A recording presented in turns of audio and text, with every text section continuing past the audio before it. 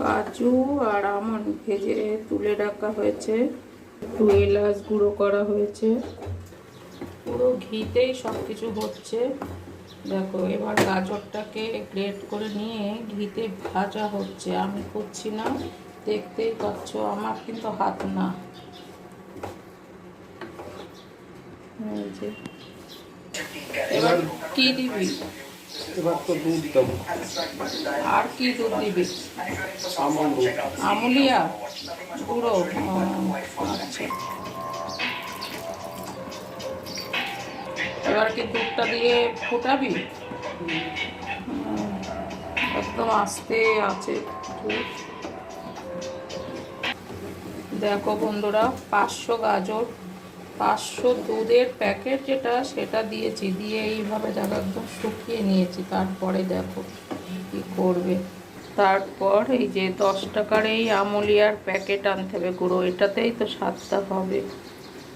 রাস্তে এইটা দিয়ে ঢাকা দিয়ে দিয়ে সেদ্ধটা করতে হবে গাজরটাকে।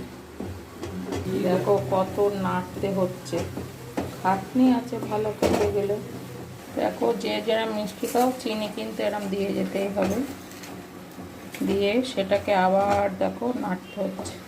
দেখো চিনি দিয়ে আবার কতটা জল তো বেরোয় জানো, এটা শুকাবে, তারপরে গুঁড়ো দুধটা দিতে হবে।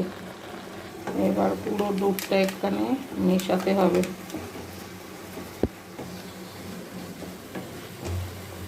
এবার ভেজে রাখা কাজু আর আমন্ড দেওয়া হলো, কারণ আমাদের কাছে পেস্তা নেই, পেস্তা দিলেও ভালো হয়।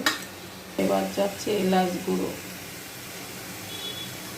এবার যাচ্ছে খোয়া ক্ষীর, খোয়া ক্ষীর কিন্তু অনেকটাই দেওয়া হচ্ছে। এবার যাচ্ছে আবার ঘি, অনেক কিছু লাগে, খরচা আছে।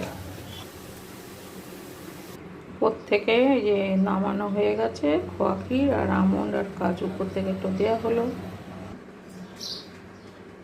কেমন হয়েছে বন্ধুরা দেখো, তোমরা এইভাবে করো, আর তোমরা কি এইভাবে করো একটু জানিও, ছেলে করলো দেখো।